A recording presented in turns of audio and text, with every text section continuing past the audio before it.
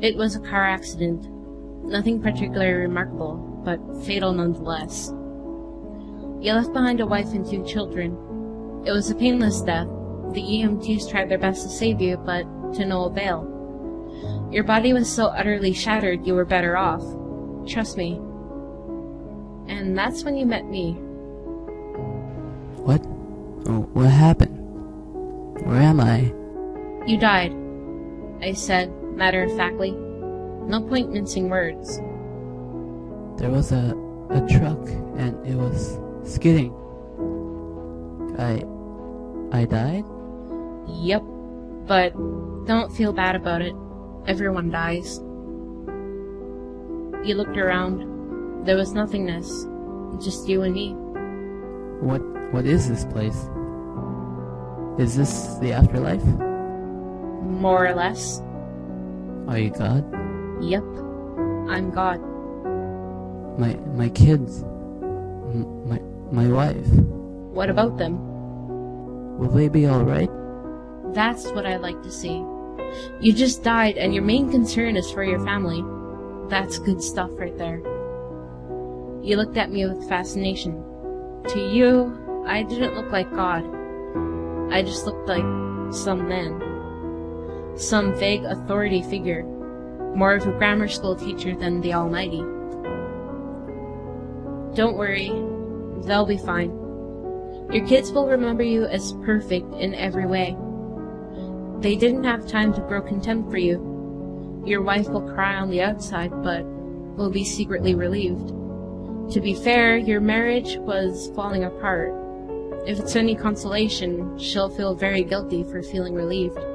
Oh. So, what happens now? Do I go to heaven or hell or something? Neither. You'll be reincarnated. Ah, so the Hindus are right. All the religions are right, in their own way. Walk with me. You followed along as we strolled in the void. Where are we going? Nowhere in particular. It's just nice to walk while we talk. So, what's the point then? When I get reborn, I'll just be a blank slate, right? A baby? So all my experiences and everything I did in this life won't matter. Not so. You have within you all the knowledge and experiences of your past lives. You just don't remember them right now. I stopped walking and took you by the shoulders. Your soul is more magnificent, beautiful, and gigantic than you can possibly imagine. A human mind can only contain a tiny fraction of what you are. It's like sticking your finger in a glass of water to see if it's hot or cold. You put a tiny part of yourself into the vessel, and when you bring it back out, you've gained all the experiences it had. You've been a human for the last 34 years, so you haven't stretched out yet and felt the rest of your immense consciousness. If we hung out here for longer, you'd start remembering everything, but there's no point doing that between each life. How many times have I been reincarnated then? Oh, lots. Lots and lots. And into lots of different lives. This time around, you'll be a Chinese peasant girl in 540 AD. Oh, wait, what? You're sending me back in time? Well, I guess technically. Time, as you know it, only exists in your universe. Things are different where I come from. Where do you come from? Oh, sure. I come from somewhere else.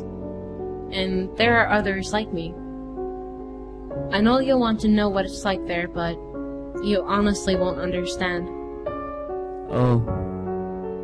But wait, if I get reincarnated to other places in time, could I have interacted with myself at some point? Sure. Happens all the time. And with both lives only aware of their own time span, you don't even know what's happening. So what's the point of it all?